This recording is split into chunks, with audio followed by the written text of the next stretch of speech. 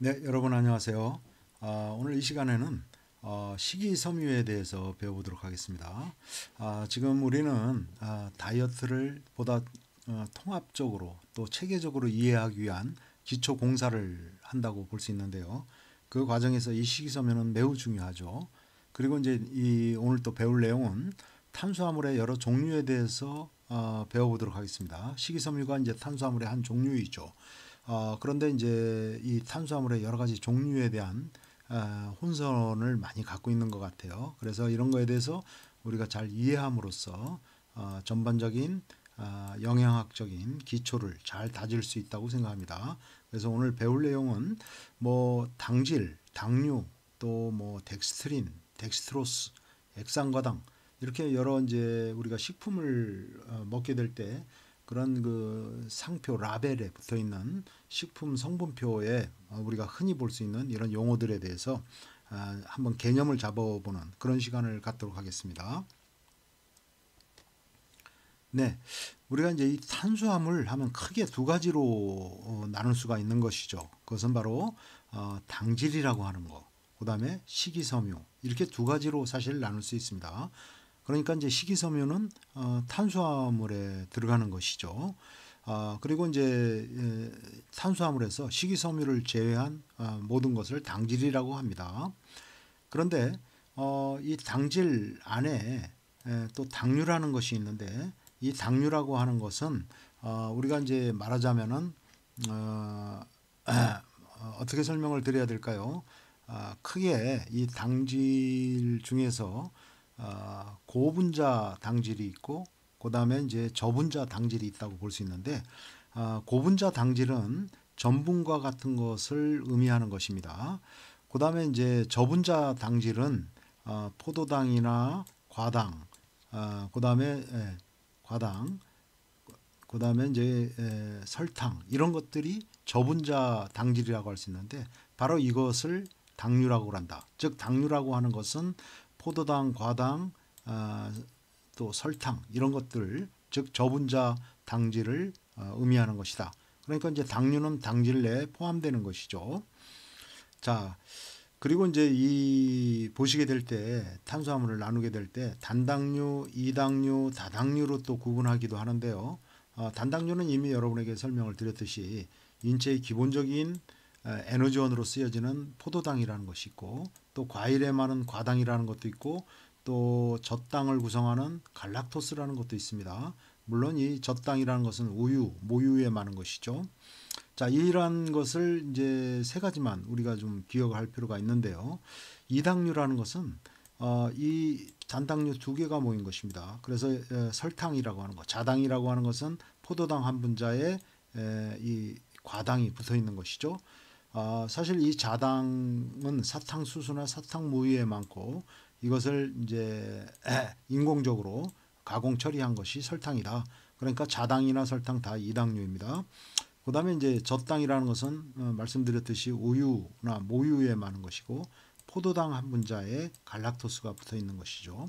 그다음에 이제 메가당이라는 것은 우리가 자연계에서는 쉽게 볼 수 없는데 뭐 맥주를 발효시키는 과정에서 이 메가당이 생성되거나 아니면 이제 우리가 전분이나 이것을 소화 흡수하는 과정에서 중간 산물로서 이렇게 분해되는 것이죠. 그래서 이게 포도당 두 분자가 붙어 있는 것을 메가당이라고 그런다. 이렇게 말씀드릴 수 있습니다. 그 다음에 이제 다당류로서는 전분이라는 것이 있죠. 그래서 우리가 다양한 전분을 섭취하고 있죠. 즉 밥을 통해서 또 국수를 통해서 빵을 통해서 여러 가지 이제 전분이 있죠. 옥수수 전분도 있고 쌀 전분도 있고 고구마 전분도 있고 감자 전분도 있고 뭐 상당히 많이 있습니다. 그래서 이 전분은 포도당 분자가 아주 촘촘하게 이렇게 결합되어 있는 형태로 있는 것을 의미한다. 이렇게 말씀드릴 수 있습니다. 그다음에 이제 덱스트린이라고 하는 것이 있는데 이 포도당 분자가 전분이 이제 분해되는 과정에서 이런 덱스트린이 뭐 보통 이제 이것도 다당류에 들어가는데요. 포도당 분자가 10개 이상 뭐 이렇게 들어가 있는 것이죠. 이렇게 나눠지게 된 것이고 중간에 메가당은 좀 전에 설명드렸죠. 바로 포도당 2개가 붙어 있는 형태로 우리가 소화 흡수하는 과정에서 나타나는 것이니까 크게 뭐 중요하지는 않습니다. 자, 말씀드렸듯이 탄수화물은 당질과 식이섬유 이 두 가지로 나눌 수 있고, 당류라고 하는 것은 당질 중에서 저분자 당질을 의미한다. 그래서 포도당, 과당, 자당, 설탕 이런 것들을 바로 이제 당류라고 이야기를 합니다. 자, 그다음에 이제 이 식이섬유에 대해서 설명을 드리도록 하겠습니다. 이 섬유소라고 하는 것은 원래 이제 우리 인간의 장내에는 이것을 분해하는 효소를 갖고 있지 못하죠. 그렇기 때문에 이제 이것이 우리 몸 안에서 영양소로 쓰여지지는 않는 것이죠. 이 섬유소를 에너지원으로 쓸 수 있는 동물들이 있죠. 뭐 말이나 양이나 염소와 같이 소위 반추동물이라고 합니다. 이들은 이제 그 풀을 뜯고도 거기에 있는 섬유소를 갖다가 에너지원으로 이용할 수 있는 소화 효소를 갖고 있다. 이렇게 볼 수 있는 것이죠. 자, 우리가 이제 여러 식품을 통해서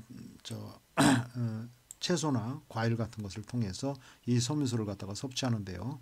이 섬유소는 사실 두 가지 종류가 있습니다. 물에 녹는 섬유소, 그래서 이것을 수용성 섬유소라고 그러고, 뭐 팩틴, 검, 무실리지 뭐 이런 것이 있는데 뭐 중요하지 않고요.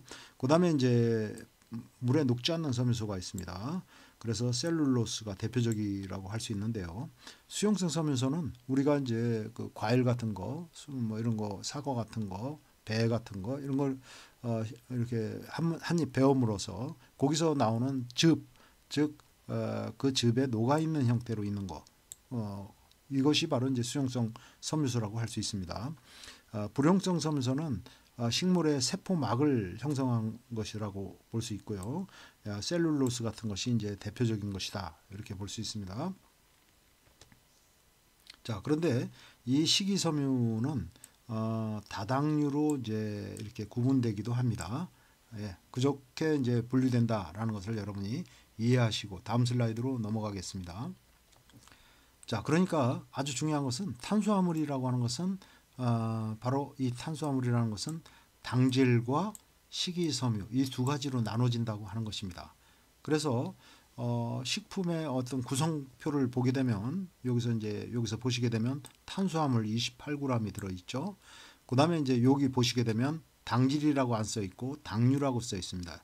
이 당류는 말씀드렸듯이 저분자 당질을 의미합니다. 그래서 뭐 포도당, 과당, 뭐 설탕 이런 것들을 다 포함하는 것이죠. 그래서 이 당류가 14g 들어가 있는 것을 볼 수가 있습니다.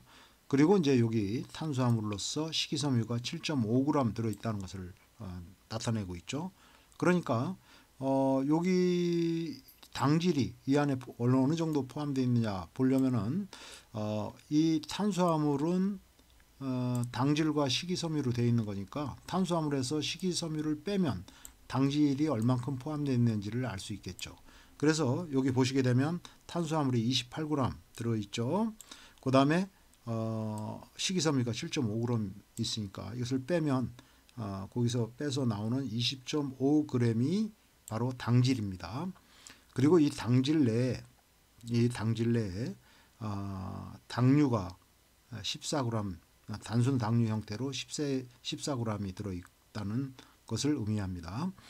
자, 그래서 우리가 이제 보시게 될 때 식이섬유가 상대적으로 이 경우에 꽤 들어있다라고는 볼 수 있는데, 예를 들어서 여기에 식이섬유가 20g 들어있다. 그렇게 되면은 당질은 8g 들어있죠.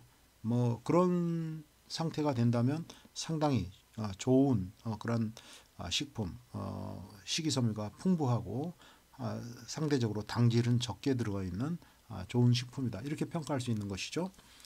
옆에 또 식품 구성표를 보면 여기 보게 되면 85g 정도 들어있는 것을 볼 수가 있습니다. 탄수화물이 85g 들어가 있는데 그 중에 당류가 8g으로 표시되어 있습니다. 쭉 보니까 식이섬유에 대해서는 탄수화물에 표시되어 있지 않죠. 이건 식이섬유가 포함되어 있지 않다는 것을 의미합니다. 그렇게 되면은 이 안에 포함되어 있는 당질은 어떻게 될까요? 당연히 당질은 식이섬유가 0g 들어있으니까 탄수화물에서 식이섬유 0g을 빼면 그대로 당질은 85g이죠. 이 85g 중에 당류, 저분자 탄수화물, 저분자 당질의 형태로 약 8g 들어있다고 하는 것을 알 수가 있습니다. 자, 이런 형태로 식품의 라벨을 읽을 수 있는데요. 이것은 참고로 얘기한다면 라면, 그 상표명은 제가 말씀드릴 필요가 없고요. 라면의 그 상품 라벨을 여기다 보여드리는 겁니다. 또 이것은 참고로 말씀드리면은 우리가 많이 먹는 요구르트의 그 상표를 보여드렸습니다. 자, 그러면 또 덱스트로스라는 것도 상표에 많이 볼 수 있고, 또 액상과당이라는 것도 여러 가지 패스트푸드라든가 간편 뭐 가공 인스턴트 식품에 많이 사용되고, 또 뭐 케이크나 또 제빵 과정에서 또 스낵류 이럴 때 이 액상과당이 많이 사용되는데, 과연 이 액상과당이라는 것은 무엇인가에 대해서 설명드리겠습니다. 먼저 이제 이 덱스트로스에 대해서 설명을 드리면은 이 포도당을 글루코스라고 그러죠. 포도당을 글루코스라고 그러는데 이 글루코스에는 사실 두 가지 종류가 있습니다. 디글루코스라는 것이 있고, 이것은 보통 천연에 있는 글루코스를 의미하는 것입니다. 그리고 이 글루코스는 실제적으로 우리 생체 내에서 에너지원으로 이용되는 그 글루코스라고 볼 수 있습니다. 이것이 이제 디글루코스죠. 결국 이것이 이제 우리 뭐 혈당을 이루는 바로 그 글루코스입니다. 이 디글루코스를 우리가 덱스트로스라고 이야기하는 것입니다. 그런데 식품을 보게 되면 L글루코스라고 표시되는 것도 있습니다. 이 L글루코스는 녹말을 효소 처리해서 나오는 것으로서 이것이 실제적으로 인체 내에서 에너지원으로 사용되지 못합니다. 그렇고 이 L글루코스를 말하자면은 감미료, 우리 단맛을 내게 하는데, 즉 에너지원으로는 사용될 수 없지만 우리가 생체 내에서 분해해서 에너지원으로 사용할 수는 없지만 단맛을 내는 바로 그러한 용도로서 L글루코스를 만들어서 식품에 쓰여지고 있다. 그래서 이것은 뭐 인공 감미료에서 감미료로서 이것이 쓰여지게 되는 것이죠. 자, 또 한 가지 액상과당이라는 것에 대해서 설명드리겠습니다. 전 미국의 큰 평원 지역에 가면 뭐 엄청나게 커다란 그 평원에서 이 옥수수 농사를 짓고 있죠. 그래서 이 옥수수를 팔아먹으려고 중국에다 압박을 하고, 또 뭐 일본하고 뭐 압력을 넣어서 이 옥수수를 구매하도록 하고, 그래서 뭐 이제 여러 무역 전쟁의 와중에서 굉장히 문제가 되고 있죠. 이 옥수수가 뭐 사람이 또 전분으로 먹기도 하고 또 사료로도 광범위하게 쓰여지는 것이 바로 이 옥수수라고 할 수 있습니다. 우리가 콘이죠. 이것이 이 그 옥수수로 만든 것이 콘 시럽이라고 할 수 있습니다. 옥수수 전분을 갖다가 산이나 효소 처리를 해서 콘 시럽을 만들게 되죠. 그래서 우리가 뭐 카페나 이런 데 가면은 커피를 시키고 나서 뭐 시럽을 거기에 다 비치돼 있거나 시럽을 넣어 드리냐고 물어보기도 하죠. 대부분이 콘 시럽이라고 볼 수 있습니다. 대부분 이제 옥수수로 만든 시럽을 많이 쓰고 있죠. 그런데 이 콘 시럽을 더 그 효소 처리를 해서 더 많은 과당을 생성시켜서 만든 것이 바로 액상과당이다. 이 액상과당을 또 고과당 콘 시럽이라고도 이야기를 합니다. 이 그림을 보면서 설명드리면 이 전분을 이용을 해서 뭐 옥수수 전분이라고 생각을 해보십시오. 포도당 분자가 굉장히 많이 붙어 있는 거 촘촘하게, 여기에 이제 그 효소를 집어넣어서 이 콘 시럽을 갖다가 그 분해를 하면 여기에 뭐 이제 메가당도 생성이 되고 포도당도 생성이 되고 또 뭐 여러 가지 형태의 소당류도 이렇게 만들어지고, 또 일부 아주 조금은 과당으로도 변하면서 단맛을 띤 콘시럽이 되는 것입니다. 자, 이렇게 콘시럽이 된 상태에다가 2차로 이제 효소 처리를 해서 더 과당이 많게, 즉 여기 보시게 되면은 전분이 분해되면서 이렇게 덱스트린의 형태로 이렇게 분해되고, 이것이 점점 더 분해되어서 이당류인 메가당으로 분해되죠. 우리 소화의 과정 중에서도 이렇게 이런 과정이 일어나죠. 그 다음에 이제 이 더 나눠지면 포도당이 되는 건데, 이러한 효소의 처리에 의해서 포도당을 과당으로 이렇게 전환시키는 것입니다. 그래서 과당이 뭐 50% 그 이상 그거에 가깝게 이렇게 생성이 되고, 또 이렇게 소당류나 포도당의 형태로 돼 있다 보니까 이제 과당이 많은 콘시럽이다 해서 고과당 콘시럽이라고 그러고, 이것을 액상 과당이라고 그럽니다. 왜 이런 형태로 만드느냐 하면은, 이런 과당의 형태로 만들면 이것이 이제 설탕보다도 약 150%, 설탕을 100%라고 한다면 과당은 한 150% 정도 될 정도로 이 단맛이, 우리 입안에서 단맛이 훨씬 더 느껴지기 때문에, 그런 성질을 과당은 갖고 있기 때문에 여러 가지 이제 식품을 만들 때 광범위하게 많이 사용하는 것이 바로 이 액상 과당이라고 볼 수가 있습니다. 그래서 뭐 케이크라든가 빵이라든가 뭐 스낵류라든가 또 탄산음료 만들 때 이 액상 과당을 굉장히 많이 사용을 하게 된다. 결국 이제 우리가 이 다이어트를 이해할 때, 또 이 비만의 원인을 이해한다고 했을 때 이 액상 과당이 상당히 큰 문제가 되고 있다라는 점을 말씀드릴 수 있겠습니다. 네, 끝까지 경청해 주셔서 대단히 감사합니다.